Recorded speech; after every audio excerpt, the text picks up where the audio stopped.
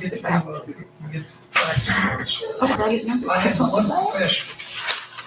That's the second floor. Okay, then. Right, I think we're ready. All right, everybody on? We're on. Yeah, You we're, ready, we're Dennis? good. All right, we're going to call our regular meeting of the Wayne County Board of Education to order.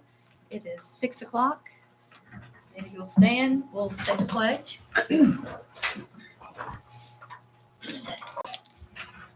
Dennis, can you lead us? I pledge allegiance to the flag of the United States of America and to the republic for which it stands, one nation, under God, indivisible, with liberty and justice for all. The records show that all board members are present in person this evening. We will begin our agenda with recognitions if we have any. No recognitions, no presentations tonight either. Okay. All right, moving on to our good news. Anyone? It's the quietest summer. I don't have anything tonight. Good. Nobody's doing anything. All right, perfect. Let's just move on to our informational items. Regular board meeting on Tuesday, August the 12th, beginning at 6 here in the conference room. Regular board meeting on Tuesday, August 26th at 6 p.m. also here in the conference room. We will, if you can make it, we're going to have a special meeting on Tuesday, July 29th for the purposes of an employee hearing. So that'll be next Tuesday, July 29th at 5 p.m. Can I call in? Sure. Okay. And we'll send out an agenda here by the end of the week. Okay, thank you. Say 5 o'clock. Yeah, 5 o'clock. I'll be calling in, okay? Okay. Perfect. All right, construction project updates. Yeah, I laid in front of you the latest design for the Buffalo project. There's been a few changes to the design since the last time that we looked at this. So I wanted to just bring that to your attention. The portion that's colored is the new section of the building. That would be all new construction. And again, you'll have to forgive me for the what color is that? Gray. The gray area. So the architects have come up with a slightly different idea than what we discussed last time. The gray area is the cafeteria. So they're proposing building an all new cafeteria instead of a renovation of the existing space. And I think that that's a really good idea because what it's going to do is it's going to create a natural separation between the two populations. Right. It's in the middle too. I like that. Yeah.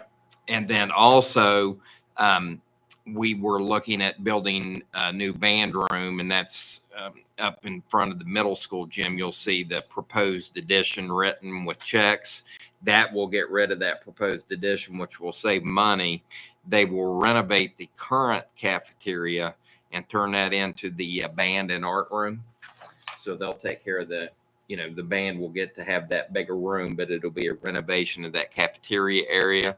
And then at the same time, both student populations will receive a new cafeteria. Now, again, I want to emphasize that this is in draft stage, and we have more discussions going on here in the coming weeks, but I just wanted to give you the latest update on the project. And of course, that elementary wing that's to the left there of the cafeteria, that'll be 2 stories. And on the back of your paper, you will see the layout for the elementary wing, the fourth and fifth grade rooms, 3rd, 4th, and 5th grade rooms that you see. That's the 2nd floor. The kindergarten rooms and 1st and 2nd, that would be the 1st floor.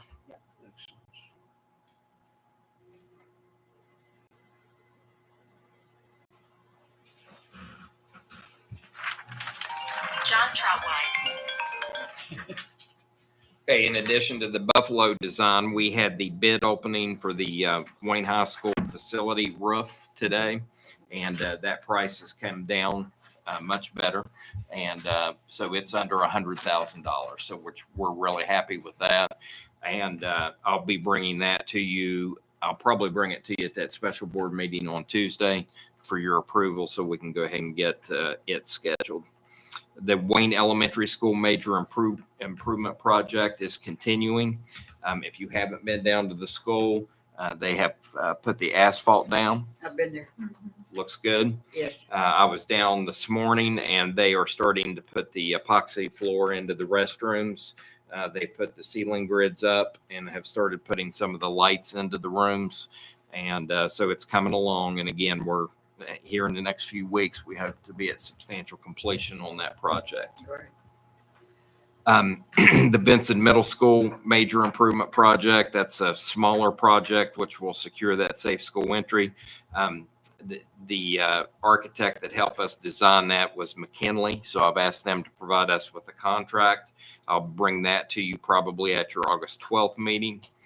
Spring Valley High School, the lot, the paving that we have to do to finish up that project is on your agenda tonight, so I'll be recommending a bidder for that project from the bids that we've received there.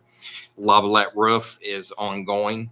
There was quite a bit of decking that needed to be replaced. Of course, you never know how much decking needs to be replaced. So when we do the bids, we have them give us a square footage number for replacement. And this was one of the ones where we've had to replace the most decking for the project. So the project price is going to go up, but it was sorely needed. And we're about 3 weeks in on that project. So they're getting closer to completion. That's all I had, unless you have any questions about anything. Did want to mention this isn't a construction project, but we had a big sycamore tree come down at East Lynn and create some damage out there. Luckily, it didn't hit the school. You remember a few years ago, we trimmed there was a lot of trees that were close to the school. We've trimmed as much back as possible. And so we'll be looking at that again. But it tore the power off the pre-K building and then off a portion of the main building. I believe it's created some, I think it might have busted some water lines, that type of thing too. So we're restoring that. So I just wanted to let you know that had occurred. What about the water drainage thing in Spring Valley? You're talking about the, Soccer We had field. flooding. yeah, that's the asphalt that we're going to do. It's corrected.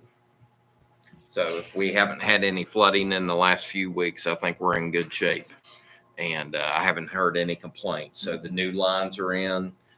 So I think everything's been Is that taken care gonna of. be on the back part of the fire department? Yep. Right through the parking lot. So that the asphalt contract you'll be approving tonight is to repave that parking lot because that parking lot got tore up, so we could put that drainage line in.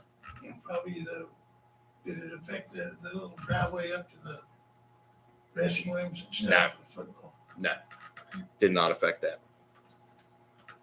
That's all I have. I don't think I have no delegations this evening. So moving on to our superintendent reports. Okay, first up, and we're going to be in this packet, the one with the paper clip on it. Yes. And the first document in there, the subject that listed on the third line at the top is the impact of OMB hold on federal education funding. So as you're aware, and we had discussed at the last meeting, the Office of Management and Budget at the federal level had placed a temporary hold on the release of several federal education funding streams. And those funding streams directly support Wayne County Schools programs, services, and a limited number of personnel. And so we've been in communication with the Department of Ed, and I just wanted to give you an update on where we are. So on the middle of your page, you will see the affected federal funds programs, and they are all title programs. First up, and these are there are more title programs that were impacted. I think there's one more on the list, but Wayne County does not receive any funds for Title 1C, which is the education of migrant children. So that did not impact us. Title 2A is supporting effective instruction. And there was already a budget cut that was coming in these particular items. So you'll see on the paper that we had projected that we were going to drop from 300,000 last academic year to 240,000 in Title II-A. Title II-A is for supporting effective instruction. That money has been put on hold and is not being released. Same thing with Title III-A. Title III-A is really, we're only talking $1,000. Yeah. Title III-A is for language instruction for English learners. We are part of a consortium with Cabell County and some other counties, and there's a shared cost there, and that money gets handled through that process. So that particular line item isn't a major impact. The next item up is a larger amount, and that's Title IV-A, which is student support and academic enrichment. So our allocation for the last academic year was $247,000. We're projecting that's going to drop to $200,000, but again, that is on hold. That money has not been released. And then Title IV-B is the 21st century after school programs, which we partner with Playmates for providing those after school programs. Last week it was on the list and those funds were on hold. Late last week, they announced that those funds were going to be released. Now, I haven't received official word on that, but we did receive a communication from the State Department. They do believe that those funds will be released. If they are released, that will allow the after-school programming to begin close to the beginning of the year. So those are the items that are impacted. So if you look at the bottom of the page, it gives you some idea of what those monies are used to support here. Those monies help pay for some personnel, including the coordinator of data and assessment. We have a technology integration specialist that a portion of her salary comes from that project. We have the math cadre supports, including stipends for the math cadre and a consultant that works with the math cadres. That money is also within those budgets. Our agricultural programs at the middle and elementary level are in those projects. And then we have parent liaisons at our Title I schools, and then we use some of the additional Title I monies found in Title II and Title IV to pay for non-Title I schools to have parent liaisons. That will be put on hold, as well as tuition reimbursement for educators who do not work in Title I schools. And you see the amounts associated with each of those. On the back of your page, or on page 2, I should say, you will see the other item listed is professional development services. So when I was given the titles, this is, academic enrichment and supporting effective instruction. So a lot of that funding is used to support professional development, including in classroom professional development with Carnegie for the new math curriculum. Now, that was very important the last academic year because we had that new Carnegie math curriculum in place. But we were planning to scale it back anyway because we were moving into year 2. But those monies will be affected as well. So as we move forward, again, there's a possibility that this funding could be released at any time. There's been a number of lawsuits filed by states regarding the money, as Congress had already allocated the money. So what we're hearing from the State Department is the money could be released at any time. It could be released later in the year, but we have to plan for it. So we've been having meetings internally to decide what we would do if that money never came. Is this part of that Doge stuff? Yes, I believe so. Yeah, but it's not the Federal Department of Education that's holding the money. It's that OMB office, the Office of Management and Budget, that is holding the money. They haven't released the money to the Federal Department of Education yet. So if this federal funding does not come through, we do have carryover from previous year's title funds that will be utilized to help sustain some of these services and some of these positions. So we'll bring you a more formal a more formal discussion on August the 12th, but I wanted to let you see the things that we are looking at. We do have quite a bit of carryover, so we do think we'll be able to support a number of these items. For example, the math cadre supports. We received teacher and leader induction money from the state.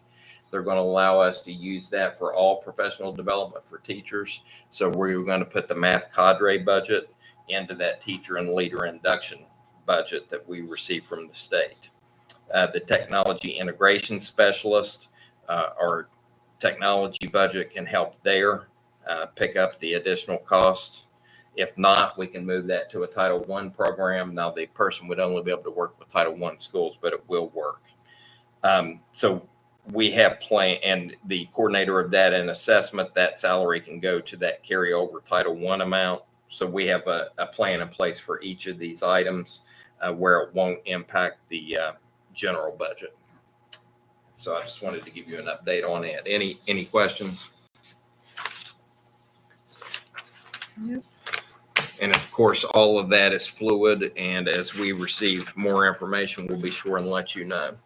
All right, moving on to item number 2, staff training materials for the legislative updates that occurred during the last legislative session.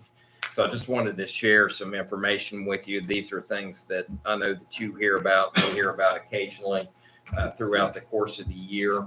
But there was, and we've talked about the legislation that passed. But I wanted to share with you some specific materials that we're going to share with teachers. And the first bill was Senate Bill 154, which was prohibiting instruction related to sexual orientation and gender identity in public schools. And so you see that in the middle, it gives you a description of the activity that's allowed and not allowed in public schools. So, for example, teachers can answer student questions. Teacher may respond to student-initiated questions during a class if the topic is contextually relevant, if there's a historical or academic context to it. If there's a disciplinary situation, staff may refer to sexual orientation or gender identity if needed to address a disciplinary matter. Or if it's established in an advanced placement program, it's part of one of those dual enrollment courses where it's already established in the college curriculum. So those would be areas where those type of, those would be limited exceptions to instruction related to sexual orientation and gender identity. What I wanted you to pay attention to here is at the bottom, the reporting and disclosure requirements. It says school employees must report the following. If a student requests to be addressed by a name or pronoun different from what is listed in official school records for the purpose of affirming a gender identity different from the student's biological sex, such requests must be reported to a school administrator who is then required to notify the student's parent, custodian, or guardian. Additionally, false or misleading information may not be given to a parent, custodian, or guardian regarding the student's gender identity or intent to transition. And again, this is Senate Bill 154, which will be taking effect. On the back of your page is just some of the definitions that are associated with the policy, and there's information about the complaint procedure. But I think probably the thing that will have the most impact is just the handling of when a student wants to be called by a different pronoun than their, the fact that that is mandated to be reported. We'll be emphasizing that in our training. Let's go on to the next page.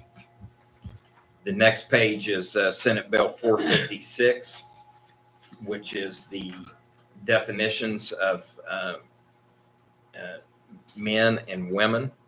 So it defines the term male, female, man, and woman based on biological characteristics observed at birth and outlines the use of single-sex spaces in public schools.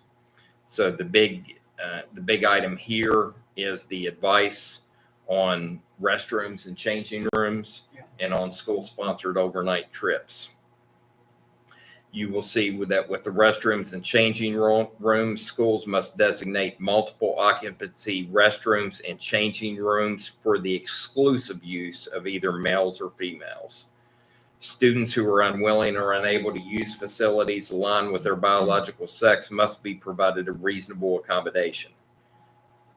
Access to a single occupancy restroom would be an example of a reasonable accommodation. Students cannot be allowed to use restrooms or changing rooms designated for the opposite sex unless it's for a custodial, medical, or emergency assistance, or the student is a young child accompanied by a caretaker. For school-sponsored overnight trips, it's required that they sleep with individuals in sleeping quarters of individuals of the same sex. Now, we've talked in our board meetings before about the Fourth Circuit's ruling, and item number 3 says that the act acknowledges the Grimm versus Gloucester ruling by the Fourth Circuit Court of Appeals, which requires schools to allow transgender students to use restrooms consistent with their gender identity. This ruling remains binding in West Virginia unless overturned by a higher court.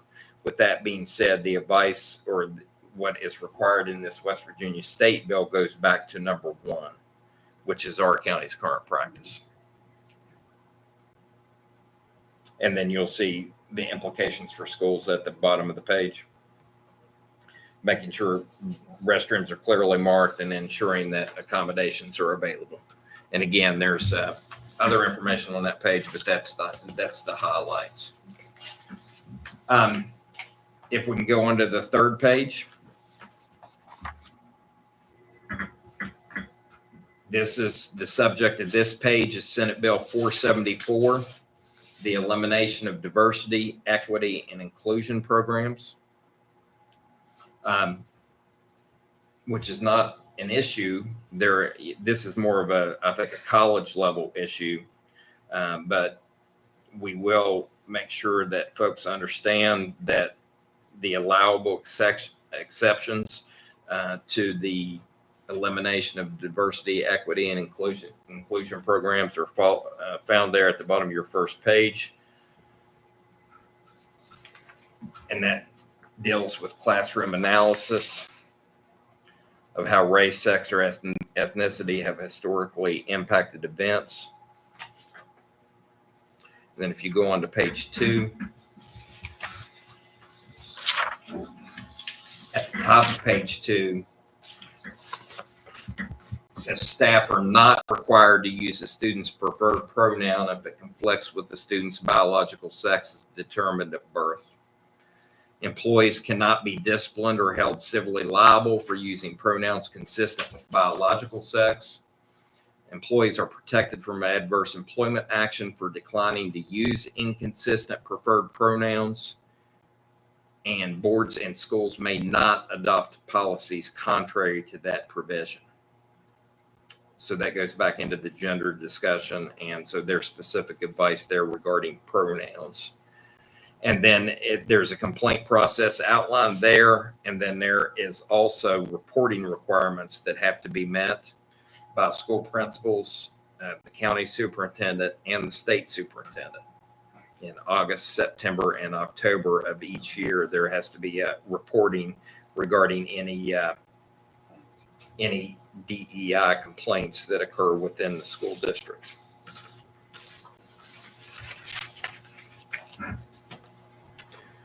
And then the final item I'll mention is it starts at the top. It says, based on the provided text. The other legislation that passed that had a significant impact that passed this past spring was the cell phone bill. And so, as you're aware, this board acted last fall to enact a cell phone bill. So this is a breakdown, a comparison between the state law and the policy that the Wayne County School Board passed last fall. And you'll see here that the conclusion is that the Wayne County Board's policy meets or exceeds everything that's found within the state law. And so our local policy complies with state law and will not need any changes. So I just wanted to bring that to your attention. Any questions about any of those items?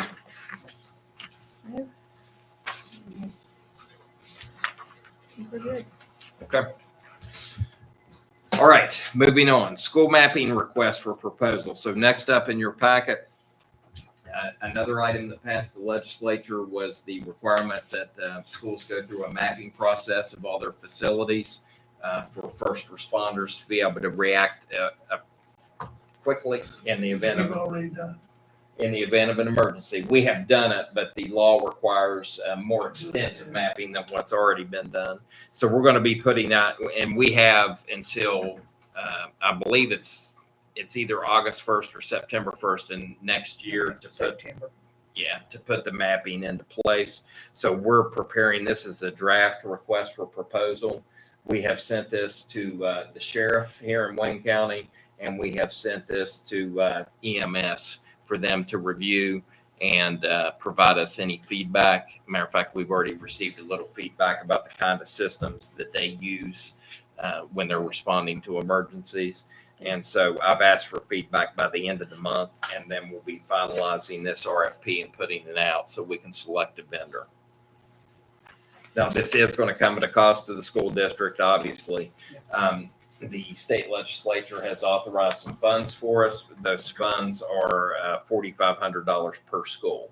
So we'll see how far that goes in covering the total bill. But this is something that we're obligated to do because of that new legislative code.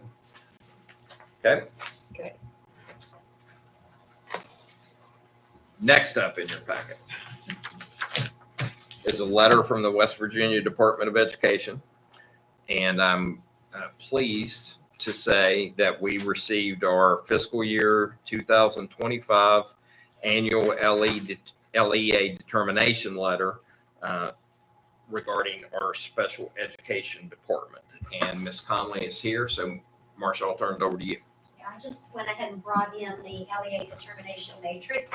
And I have shared with you before what you're going to see on the first page, which is results from each indicator.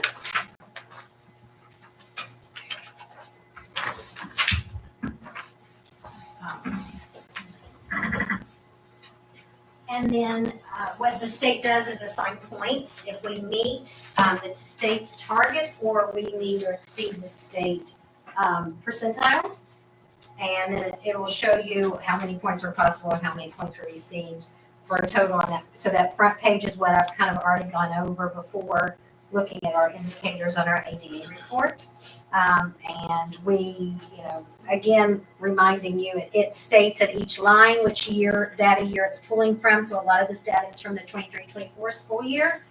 And we have focused a lot of our attention on that indicator 5A this past school year and a couple the previous two, looking at getting that LRE 0 increased, and then of course just student improvement overall, which would affect the 3B, 3C, and 3D indicators as well. So that's been a big focus of the district in both gen ed and special ed. So out of the 19 points possible on the ADA, we received 11.05.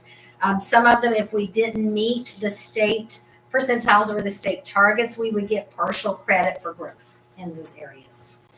So of course, our department will be homing in on those areas that we didn't make growth and we didn't meet standards. So to really look at making some plans for improvement for the upcoming school year. And then on the next page is some more areas in which they look at. I haven't shared this with you as detailed, but the compliance matrix at the top is just providing free appropriate education and then least restrictive environment and disproportionality. And we were able to meet all of those targets. And then in the second column, the measurement, 11, 12, 13, and 18, we were able to meet those.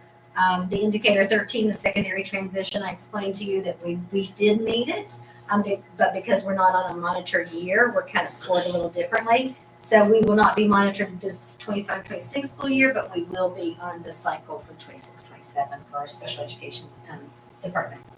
And then dispute resolution, we were able to receive the points for that. Monitoring, we weren't monitored this year, so those were not applicable. And in the timely and accurate data submissions, we were we were able to do most of those. We missed a half point on a state grant error. And then the state systemic improvement plan, so that was our office participating in their community of practices. So we were able to get that point too. So we were able to come out of needs assistance that we started this 24-25 school year. And so for the 25-26, we are now at needs requirements. And that is good news. That is great news. So the letter that's in your packet that I had provided you on the second page, you'll see the same thing that's at the bottom of page 2 that Marcia provided you, is that the determination is meets requirements for the special education department. And again, last year we were placed on needs assistance. So to see that bump back up to meets requirements, it's good. So we appreciate it. And any questions regarding the data? What are some of the things we did to get those numbers back where we need them? Is there anything in particular we did with our classrooms, or how did we get there?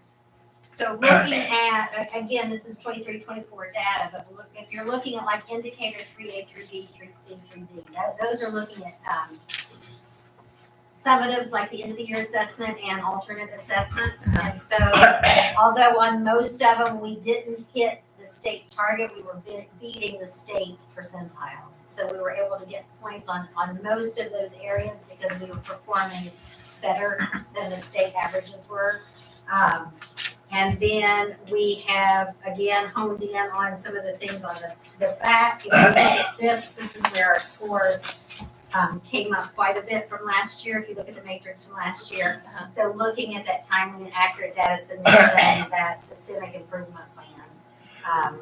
We typically don't have issue with disproportionality in our district, so I'm not sure that there was any growth because I don't think that was an issue before. Right. But we were able to make gains in that. We really focused a lot of our attention on transition.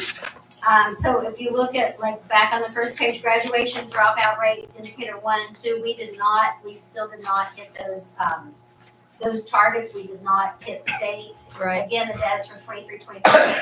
If I did the math correctly, we should hit the graduation for next time. We're still not we're going to grow for dropout rate, but we're still not going to hit it for dropout rate. So that's something that in our office we're really talking about. What else can we do? Right. To really target and prevent dropout for kiddos with special needs.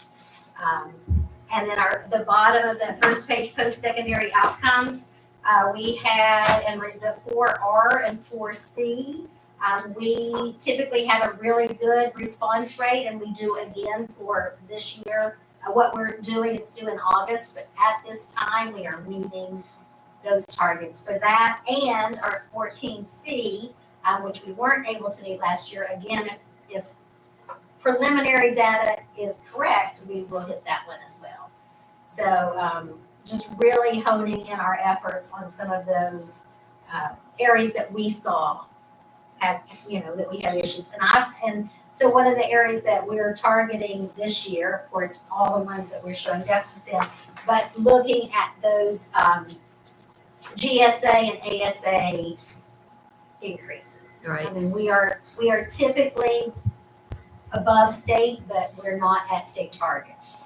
So trying to continue to increase that and continue, that kind of goes along with the push that we talked about before with increasing the LRE zeros, getting our kiddos into the gen ed, getting them exposed to grade level standards and curriculum and maintaining the bar right here. Right. And helping them get there. Okay. Any other questions?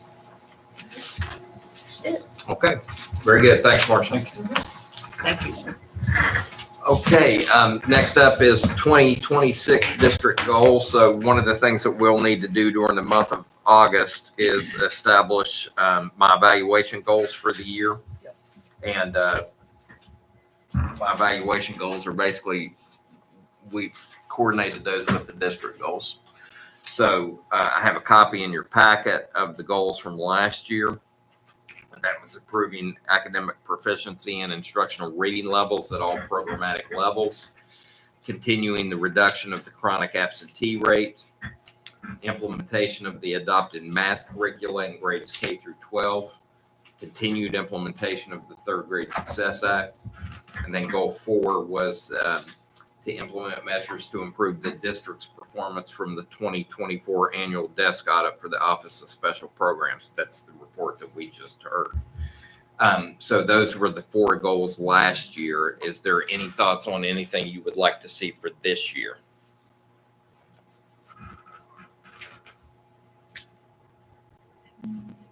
And if you don't have anything right now, that's fine. You just need to be thinking about it. And then probably at our August 12th meeting, I'll bring you an actual draft of the new goals, and then we can tweak them as you would see fit.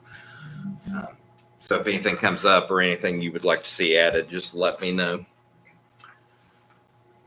All right. And then the very last page I always let you have a copy if we receive a FOIA request. So the West Virginia Center on Budget and Policy has sent a FOIA request, and it's centered around data regarding Hope scholarships and the number of students in the county that are on Hope Scholarship and the funding that we see impacted by that. So apparently they're preparing some type of reports on that information. Do we get that kind of information on who all is on Hope Scholarship and who isn't, or is that? Yeah, something yeah, they the have state to does? they have to register with the county. Yeah. So anyway, we'll be putting that data together, and I'll share it with you when we get it put together. I responded to them today and let them know that it would take us probably about 2 weeks to get everything together. I'm really surprised that they make us do that since they try to be so independent from the public schools. And then the last thing I'll mention, and Jeb, I'll let you speak to this. There is, I guess, 2 or 3 years ago, the state required that schools accept electronic payment. Yes. It was Senate Bill.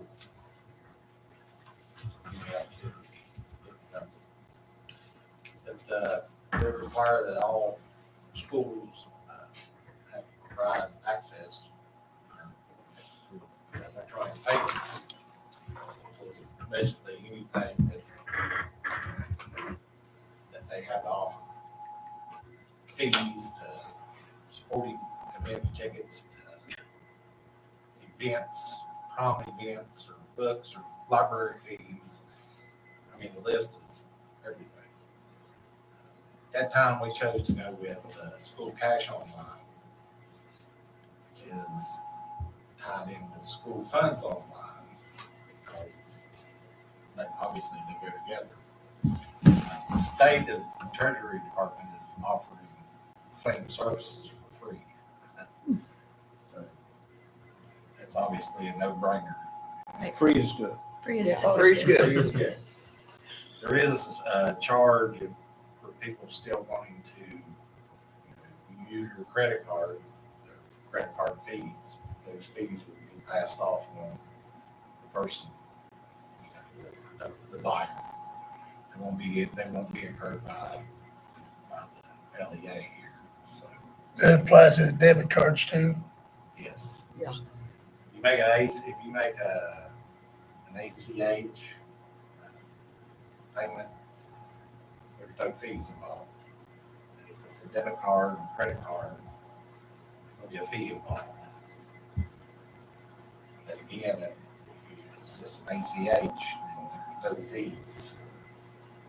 I've been working through, there were several forms we have to get filled out. I've been trying to work through those. Trying to set up all 18 schools and even here at the central office. Basically, you'll be able to go to our website, click on the button if you want to transfer money to, or make a payment for whatever. At any school, you can just click on the website, hit a drop-down box, enter your name, amount of money, and what you're paying for. And that'll get us in, meet the requirements from the state, from the Senate bill that was passed. I believe it was Senate Bill 712. And the cost for that service previously, Jeb, remind me how much it was? It's around 20 grand. Around 20 grand annually. Yes. So that's, It's helpful. that'll be helpful to have an option provided by the state. So, Jeb had talked to me about switching over, so I just wanted you to be aware that that was the plan. Good. Okay, that's all I have. Excellent. All right, board directives or board reports? I don't think we have any this evening. No unfinished business. So we can move on to our new business consent action items. Superintendent recommends approval of the following action items. Additional items received prior to the time of the meeting may be added. Discussion and/or separate action of items may be requested by members of the board and/or the superintendent. Number 1 is consider for approval the recommended personnel matters. I'd like to move to pull for separate consideration Shannon Ross. memo. She's at the bottom of page 1, next to last name on page 1. And also on page 1, we've got a create position there. Both of these positions are through title funding. That position, and it's Title I funding, so this is funding that is released. It's a K through 12 counselor position. We have K through 12 counselors. We have mental health counselors. They all require a school counseling degree. But I know that the school, I'd received an email today, they're looking more for the mental health counselor. So I just want to be clear that that's the job description that we'll be posting. So if I can change that from K-12 counselor to mental health counselor. Okay. Was that it? Or Gabe. Mental health. And then I wanted to mention as well, we're getting to that time of year where the stay put date kicks into effect, and employees cannot transfer if they are approved for a new job until the beginning of the next school year, unless I recommend it and you approve it. And I can only recommend that under cases where it's in the best educational interest of everyone involved. That stay put date is 20 days before the instructional term begins. And that's 20 calendar days is how we calculate it. So if memory serves, July 30th will be that date. So after Tuesday's meeting, there'll be no movement there unless we think it's in everybody's best interest for that movement to occur.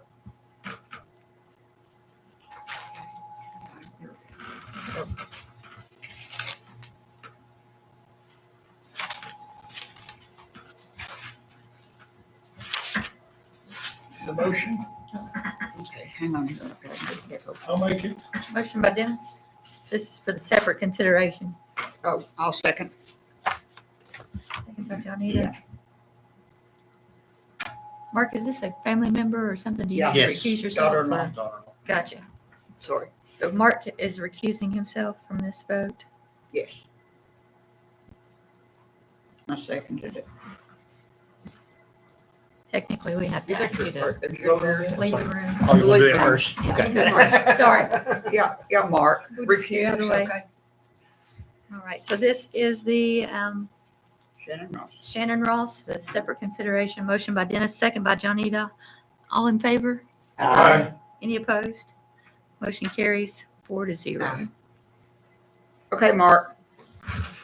Come back. Get back, Mark. All right, now the remainder of the personnel Good job. matters. I'm Motion, motion to approve all the others. Second. second by Randy. Any questions or concerns on any other personnel matter? None heard? Yep. All in favor? Aye. Any opposed? Motion carries 5-0. Number 2, consider for approval the voucher payments for June 2025 on pages 5 through 14. Motion, Make a motion. Randy, second, I'll second it. Dennis. Questions or concerns? I just had a couple of questions. What page? And I know we may have talked about this particular person before, but it's escaping me on page, it's page 10 at the top or 6 at the bottom. 10. Yeah, 10 at the top. 6 at the bottom. Yeah, almost to the bottom of the page, like the last quarter of the page. There's a Matthew D. Klein. And there's another one on the next page. Those are just significant amounts, and I was just curious what those are for. I don't recognize that name. Where's that at? Jeff, does that ring a bell with you? I'm sorry. I get through the first thing in the morning. Okay. Then on the page 11, it's the one there as well, but they're for Same different amounts, same name.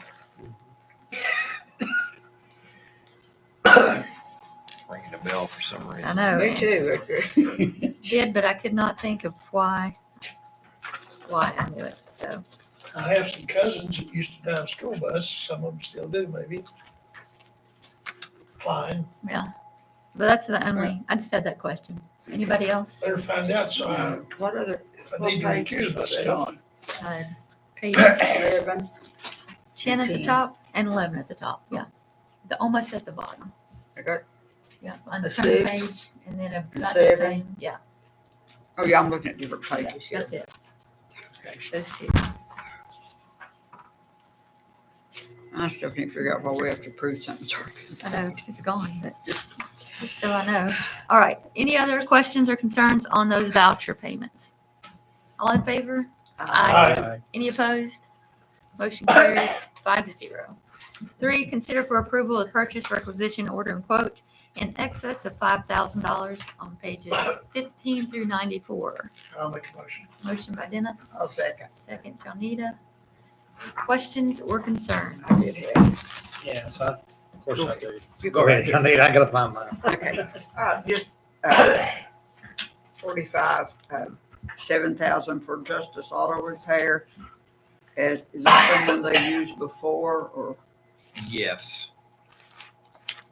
Yeah, they're used occasionally for repair of county vehicles.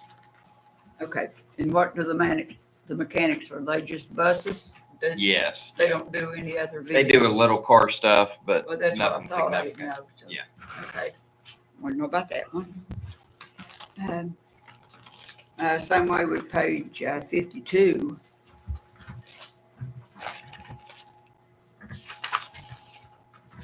Same thing, inspection stickers and all that, $10,000.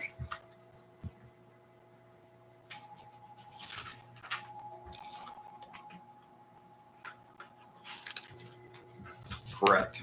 Okay.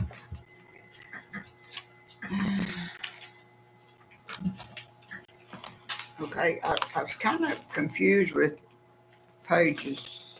And again, these aren't one-time payments. This is just to encumber Yeah, I know. Right. monies that would be paid over the course of the year. Is this like an ongoing thing you say? Yeah, With the yeah, contract with them? yeah. We have POs open for them each year. And then anything we pay out, you guys see in the voucher payments. What else did you have, Johnny? Well, hang on. I'm gonna say I had Maynard's Body Shop fix a car of mine when I was like 17 years old, so they've been around a while. Right. That's fine. They've been around. I know we have two. Is that the state senator? Okay, we've got, It's not.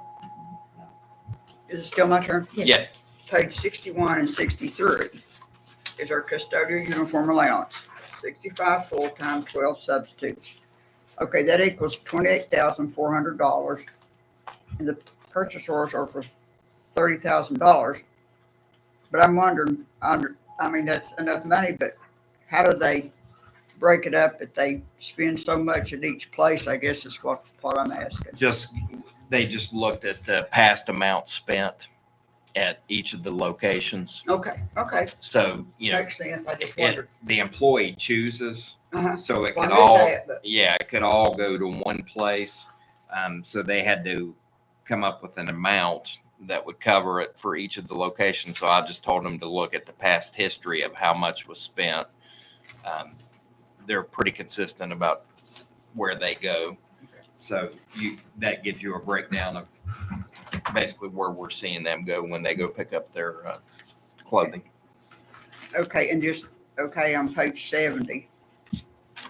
I'm not being picky, but just like the uniforms for the cooks, there's not a number of regular cooks and substitute cooks.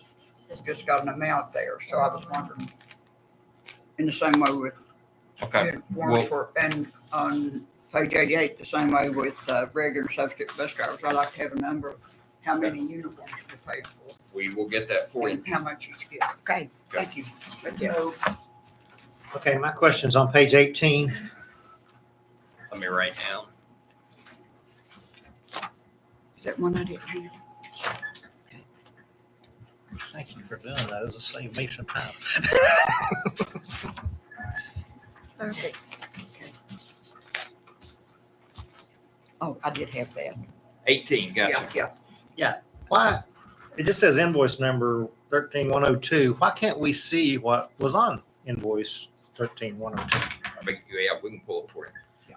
But why can't we include that in these? Because like on these other ones with a lot of them, like for food service and Yeah, stuff, it that's the tells you first- what they're for. That's the first time I've seen just What an the hell? invoice number. Normally Well, it'll it's have some because kind of there's a new description. Yeah, secretary working in that position. She just needs to learn. Oh, Multimedia, what I is mean- that? LLC. This is Because a, I called about it and I have information. go ahead. Okay, hang on, let me get my phone. Hey, buddy, I take this job seriously. that's what Were you we're supposed to grinning, do. Mark? I know it's I'm just confusing. glad you saw it too, because I Our thought money's we being needed, spent. I think it would be nice to know what we're paying for. Well, and exactly, and that's exactly why I knew I could. It's computer software testing preparation for the Right here, CPE here's what programs. it is. It is, I have to understand. It's that soft skills program and then Yeah, it's like like the the turnkey package, student Right. package, a license and student overage for Spring Valley High School. it's like it's part of that work ready where they have to clock in. They have Work keys. yeah, Right. all that kind of Yeah. stuff. And You- so, and that's you know how what it it is. works. That's- Preparation for the exams and things like that. Right. And I think it was this, it had, it needed to be paid. Mhm. Okay, that, I mean, I think that was it. They just Yeah, if that helps. Okay, true. But normally we do have a description. It doesn't Yes, usually well, just say well, yes. invoice, but good catch. I informed her about that. Good. Yeah, I just took it upon myself. Well, when you stay on top of things, But yeah, you have. things get Just kidding, I'm paid just for kidding. properly, right? Right. Okay. Anything else? My only question was on page 42, that was just seemed like a large amount to encumber at the beginning of the year. Normally we do that in two Yeah.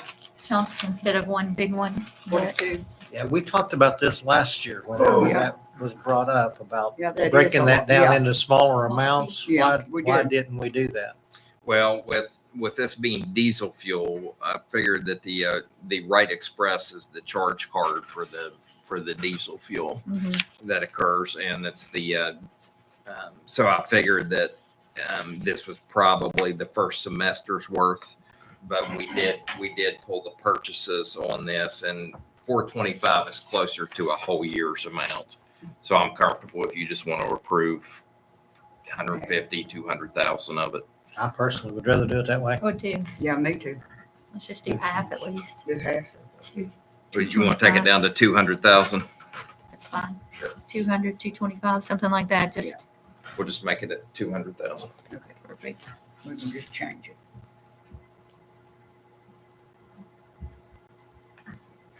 And we'll take it on. That's So all I it'll have. have to be approved as amended, right? Yep. All right. Anything else? Any other questions or concerns on those requisitions? None? So this is as As amended. amended, yep. All in favor? Aye. Any opposed? Motion carries 5-0. New business, separate action items. Number 1, consider for approval the treasurer report for June 2025 on page 95. Motion. Motion by Jonita, Second. second by Mark. Questions, concerns? Yeah, I want to take a look at that. Who made the motion and second on the purchase requisitions? Dennis and then me.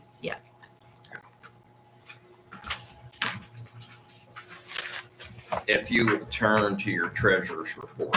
Yeah, I did.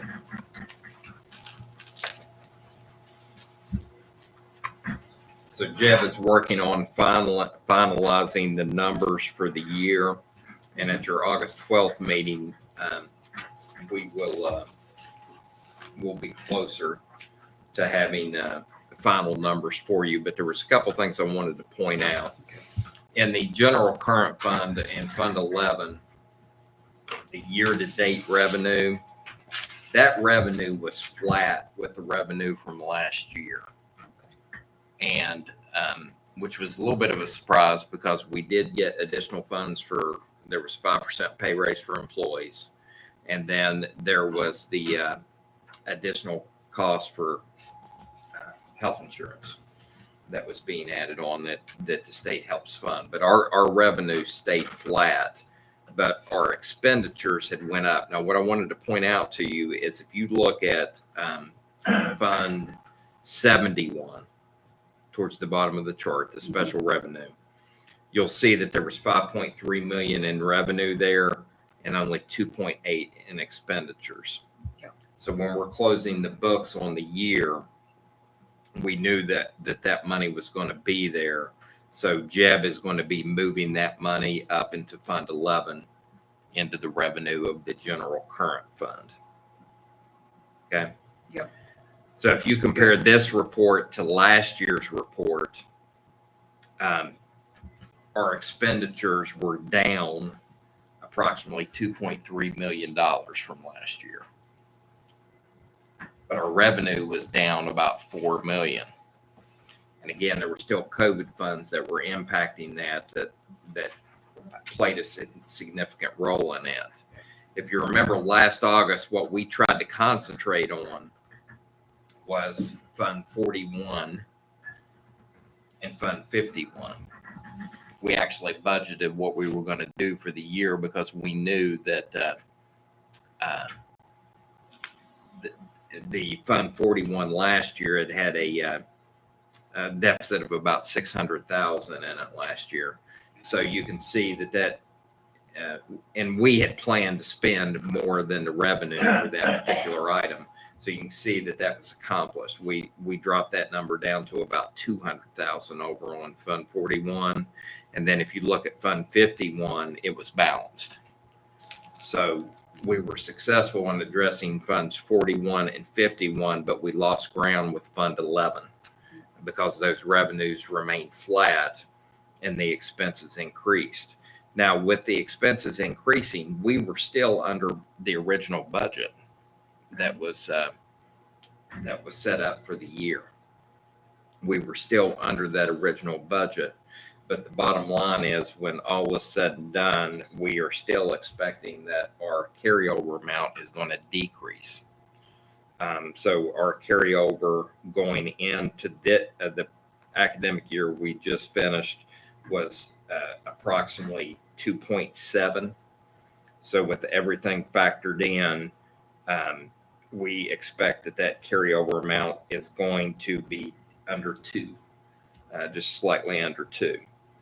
And so that will impact as we move forward. So Jeb and I met for about 3 hours today going through the numbers and looking at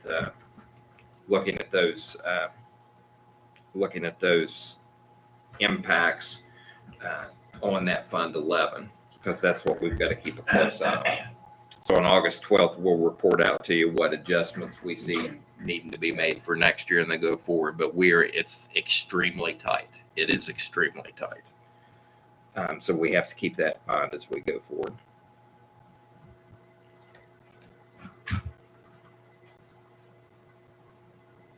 There was also in addition to that money that's coming up from Fund 71, we received receipts for the month of June, tax collections at approximately 1.6 million that had not been included in that number as well. So those numbers will be included in there to finalize it.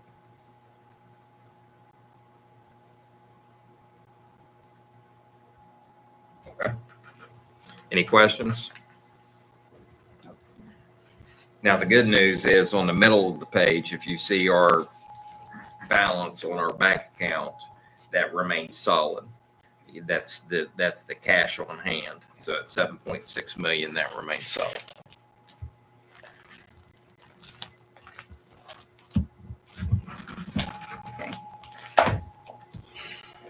All right, any other questions on the treasurer report? All in favor? Any opposed? Motion carries 5-0. Who was your motion and second on that? Who did that? You and Mark? You and Johnita and Mark. Certainly. Number 2, consider for approval the budget supplement and transfers on pages 96 through 116 for June 2025. So moved. Mark? Okay. Johnita, you got the second. Any questions or concerns on the transfers? Supplements. No one? All in favor? Aye. Any opposed? Motion carries 5-0. Number 3, consider for approval the independent contractor agreement and contract for speech and language therapy services between Wayne County Board and Diversified, specifically Cindy Swally, at a cost of $55 per hour, not to exceed 28 hours a week, with an additional 7 hours per month for the period of August 13th, 2025 through June 3rd, 26, or to the end of the calendar year. I'll make the motion. Dennis? Second. Randy? Questions or concerns on that contract? All in favor? Aye. Any opposed? Motion carries 5-0. 4 is consider the approval independent contractor agreement for music therapy services between the board and Nancy Asbury, doing business as Mountaineer Music, at a cost of $75 per hour for each direct services rendered during the period of August 19th through June 3rd, 2026, or to the end of the calendar year. Motion. Motion by Randy, Second. second Johnita. Questions, concerns?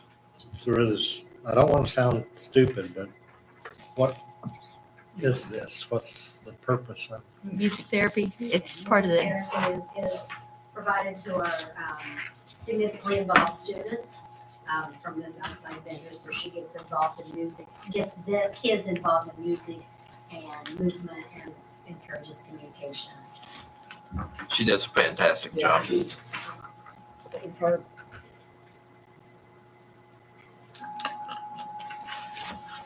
any other questions? All in favor? Aye. Any opposed? Motion carries 5-0.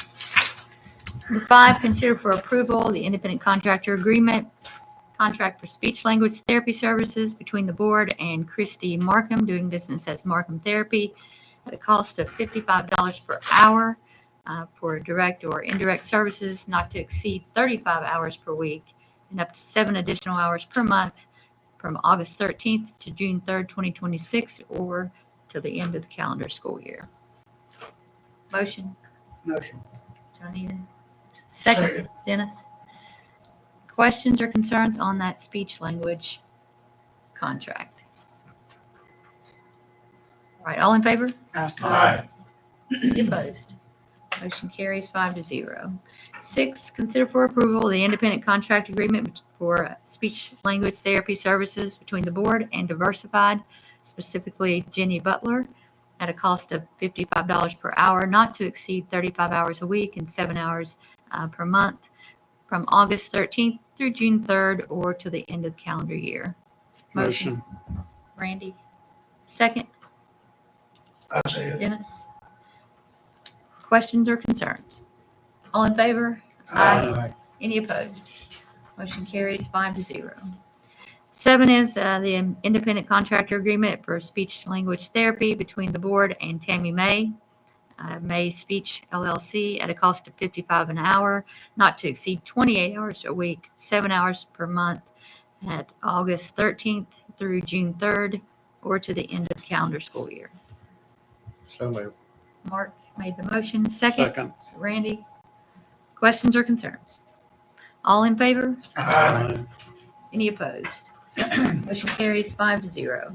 Number 8 is the independent contractor agreement for speech language therapy between the board and Carly Fisher, Fisher Therapy LLC, at a cost of $55 an hour, not to exceed 21 hours per week, with an additional 7 hours per month from August 13th to June 3rd, or to the end of the school year.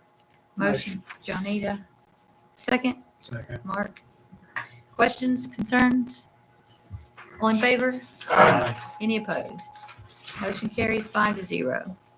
Number 9 is the independent contractor agreement for speech language therapy between the board and Mary Lewis at a cost of $55 per hour, not to exceed 21 hours per week, with an additional 7 hours per month, August 13th through June 3rd, or until the end of the calendar year. Motion. Motion by Johnita. Second, Second. Randy. Questions? All in favor? Aye. Any opposed? Motion carries 5-0. Number 10 is the independent contract agreement for speech language therapy between the board and Crystal Eilenfeld at a cost of $55 per hour, not to exceed 35 hours per week and 7 hours per month from August 13th through June 3rd, or until the end of the calendar year. Motion by Randy. Second. Second, Dennis. Questions? All in favor? Aye. Any opposed? Motion carries 5-0. 11 is the independent audiology contract between the board and Professional Hearing Solutions for audiology services at an annual cost of $20,000 for direct and indirect services, to be paid $2,000 monthly for 10 consecutive months, July 1st through June 30th, 2026. Motion, Janina. Second, Second. Mark. Questions, Yeah, concerns? is it like testing and all that? Hearing testing, everything like that, that's I all. believe so. Excuse Any other questions? All in favor? Aye. Any opposed?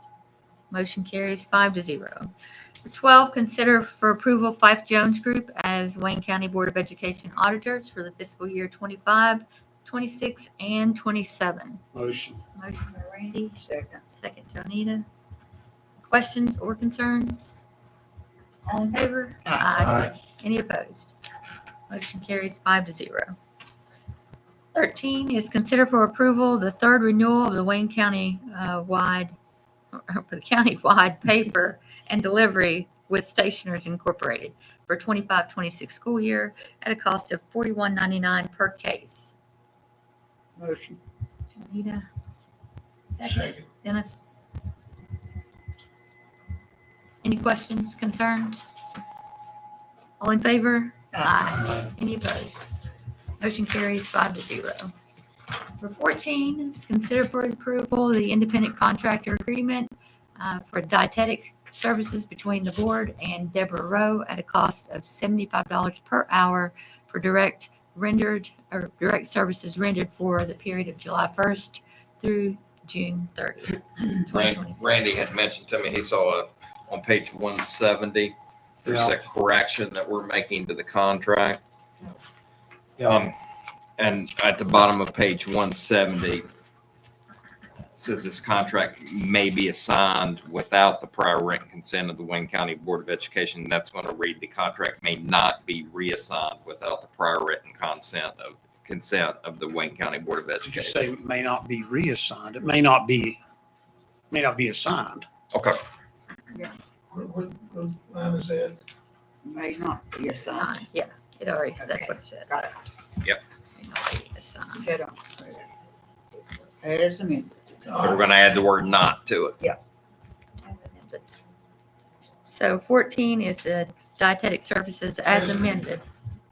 Yes. Based on that, I'll make the motion. Motion by Randy, second, Second.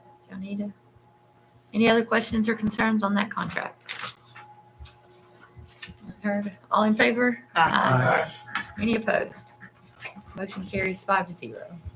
15, consider for approval the independent contract agreement, contract for applied behavior analysis services and assistant between the Wayne County Board and Diversified Therapy at a cost of $100 per hour of direct or indirect services rendered by a board-certified behavior analyst, and $40 per hour for each hour of direct services rendered by an ABA technician, supervised and assigned by the BCBA, and $25 per hour for each hour of direct services rendered by ABA technician assistant.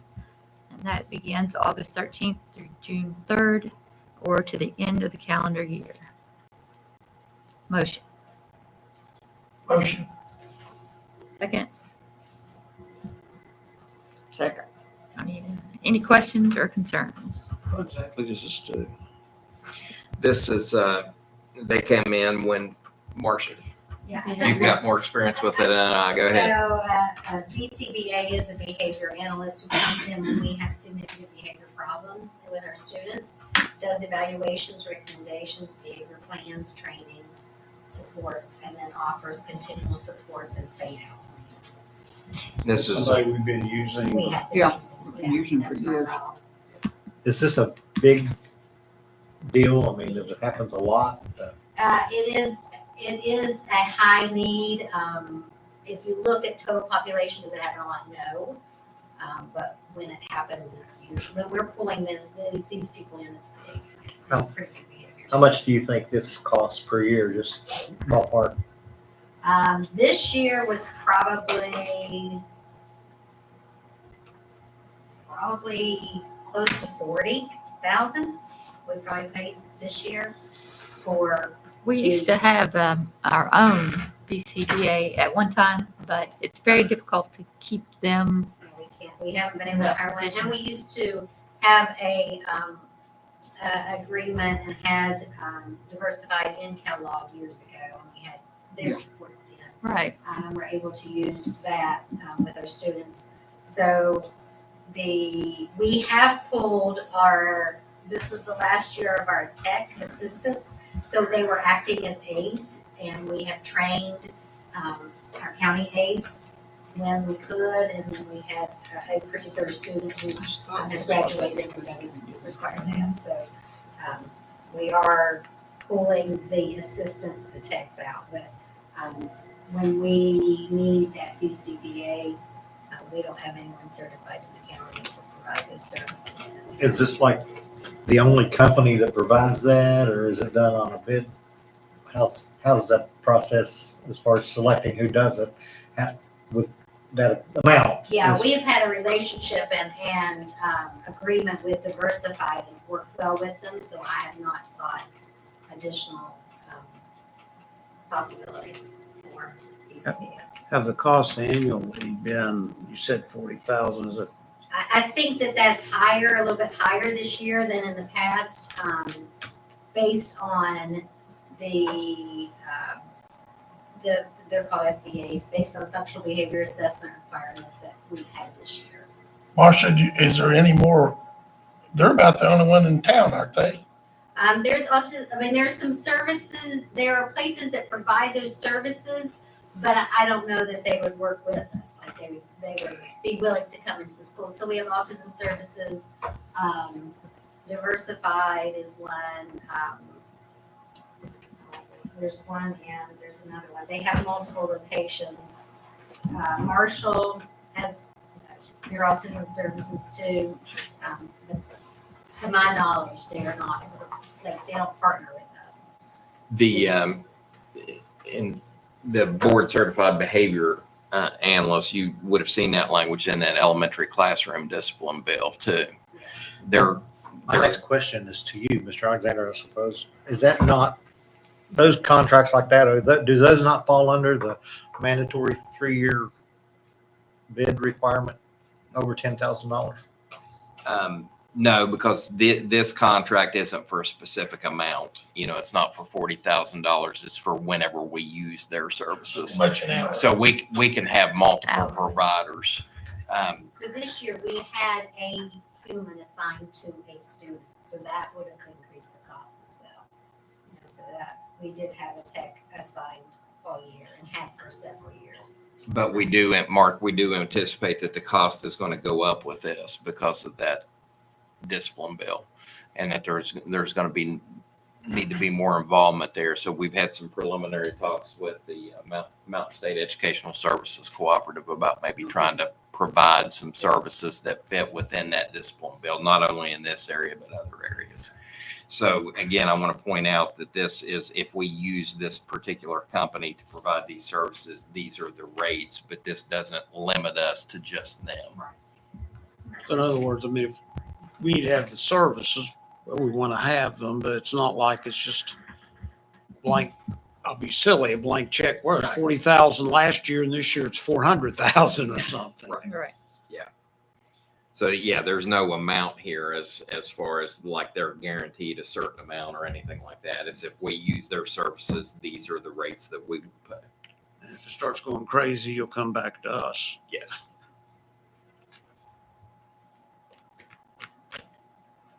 Any other questions? All right, all in favor? Aye. Any opposed? Motion carries 5-0. 16 is consider for approval the independent contractor agreement, contract for Parent Education Resource Center Service Coordinator between the board and Sarah Jones at a cost of $25 per hour, not to exceed 40 hours per week, from August 13th through June 3rd or the end of the calendar year. Motion. Another question. What all does this entail with whom? Marcia? Yeah, I'm on fire today. So Sarah is our Parent Education Resource Coordinator. She does a lot of our birth to 3 connections to get to our preschools. She's responsible for a lot of the preschool things. She participates in IP and EC meetings to help educate parents on the special education process and advocacy. And then she, assists the special education office in researching and providing resources that are going to be to help parents, to support parents. Stays pretty busy. Yeah, she does. She stays really busy with preschool. We've pulled her in this past year more for IP meetings and EC meetings than she ever has before. It used to be Trish Klein. She had it for years. But we've really pulled her in as a liaison with parents and to help educate and support them as they learn the special education process. So she's new, but the position's not new. No, Patricia Klein has had it, and Sarah's had it this, 2 years, so this would be her. What's her background? She was with the West Virginia Advocacy, let me think of which organization she was with. She was,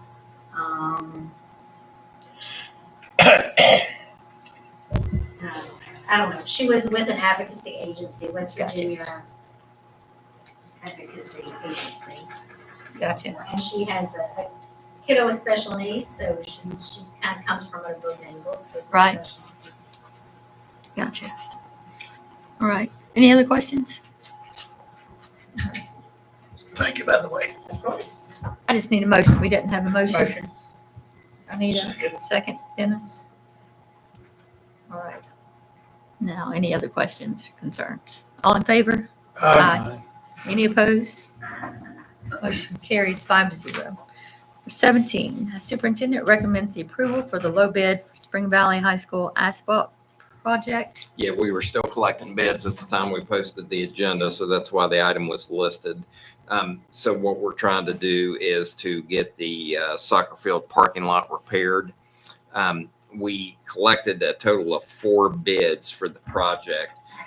We did have one bid that came in as the lowest, but it was significantly lower than the other bids that were collected. And I was concerned that the person who had bid has not worked on a project this large before. We also are receiving 75% reimbursement on this from FEMA. So I would, what I'm going to recommend to you is that we go with Lucas Construction. Their bid was $24,500. Other bids we received were $26,550, $33,415 from the other paving companies here locally. And then again, we did receive a bid that was significantly lower, $10,000 lower. Whoa. But with us receiving 75% reimbursement, I would rather go with the 24,500 amount and make sure we get this right. I'll make a motion. Motion by Johnita, second, I second. Dennis. So that's 24,500 to Lucas Construction. on that. Yes, yes. Are they local? They're out of Lincoln County, I believe. They can count. So our part would be around $6,000 or so. Could I ask who the other company, what area they were, or who it was? They were local. We've used them for some pothole repair and things before. Corey Maynard's business. He's a teacher out at Spring Valley. He does this. He does it on the side. He's done some pothole repair for us and things like that, but just not anything this large. And when they brought the heavy equipment in on that parking lot, it broke it up pretty good. And so it was a bigger job than what we originally anticipated. Base and then do it. Yeah, Corey's done a good job for us on some of the other projects, but I'm just, with us getting the reimbursement from FEMA on it, I'm more comfortable going with a full-time asphalt company on it. Any other questions? No one? All right. All in favor? Aye. Any opposed? Motion carries 5-0. 18 is considered for approval the agreement between Wayne County Board and Marshall Health doing business as Marshall Sports Medicine Institute for 3 athletic trainers to serve Spring Valley, Tulsa, and Wayne beginning August 1st through July 31st at a cost of $7,000 per trainer. Motion. Motion by Dennis, second by Randy. I was gonna say, that's a close That one. was pretty tight. We were kind of I'll singing give it up to together. him. He can have it if he wants It's it. okay. That's fine. As long as we get it done, it's fine. The table. Any questions or concerns on those athletic trainers? None? All right, all in favor? Aye. Any opposed? Motion carries 5-0. I think it's working here. Number 19, consider for approval the agreement between Wayne County Board of Education and Marshall University for the use of the Henderson Center pool. Motion to approve.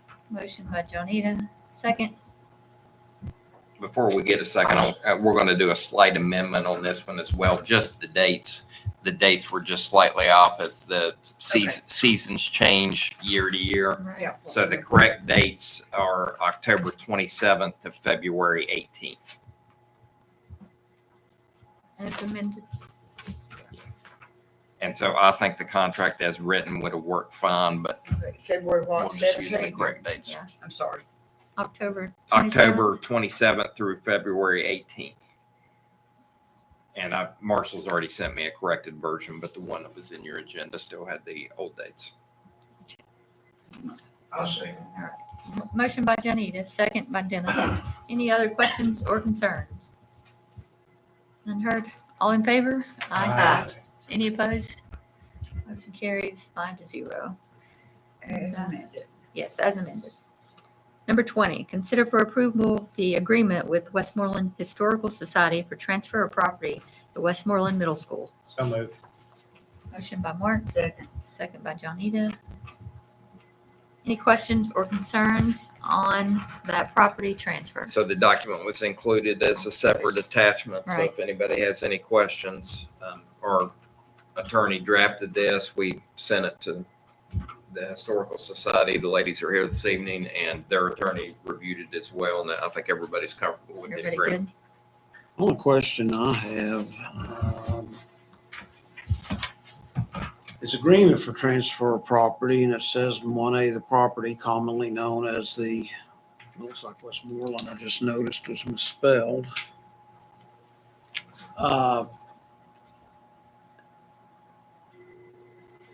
It doesn't reference a deed book and page number or anything. I mean, maybe that's going to be, I'm sure it's going to be in the actual deed. That would have to be separated, wouldn't it? Because the deed just one big block.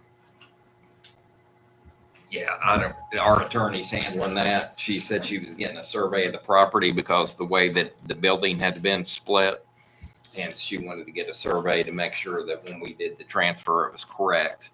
So we tried to be specific about the portion of the building that we were talking about in the description. I mean, in general, heck, we all voted to do this and everything. I want it to be definite what we're conveying and what we're not. That's the attorney coming out in you, isn't it? Well, I'm teasing you. yeah. And Westmoreland, they did leave out the E in paragraph 1A. 1A. The E, it's got in the first line of that paragraph, WSETMOR. Correct.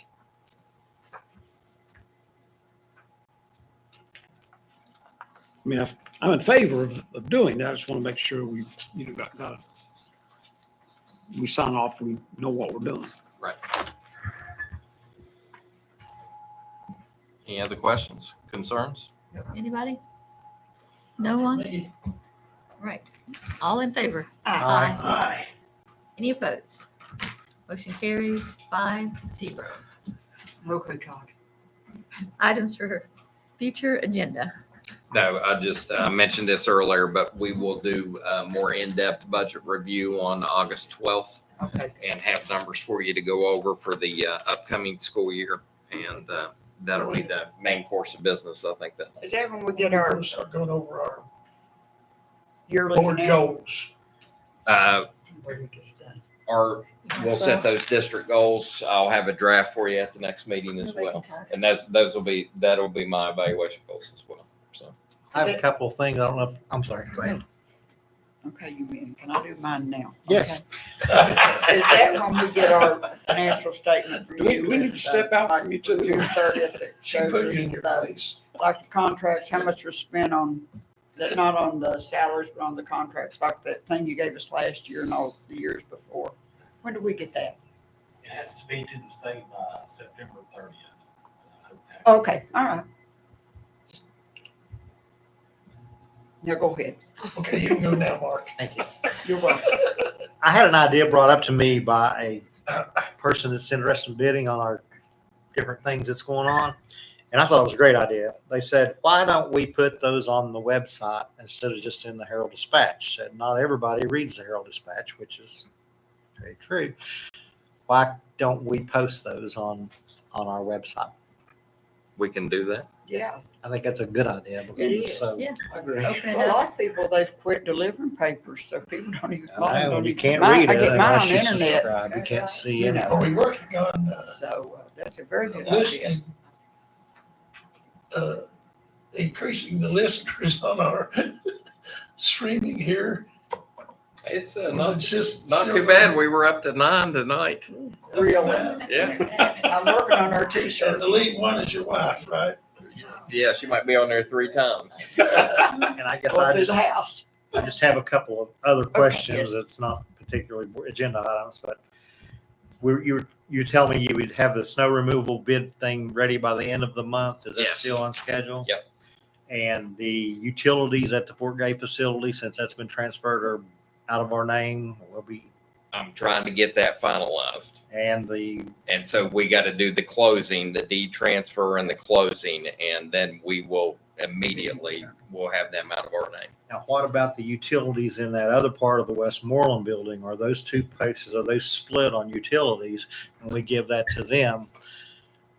Yeah, they're not split right now. So Because we'll need to we deal with that don't- other. Have you all had any problem with, We've made a few phone calls as far as what we need to do. you're getting along all right with Once them?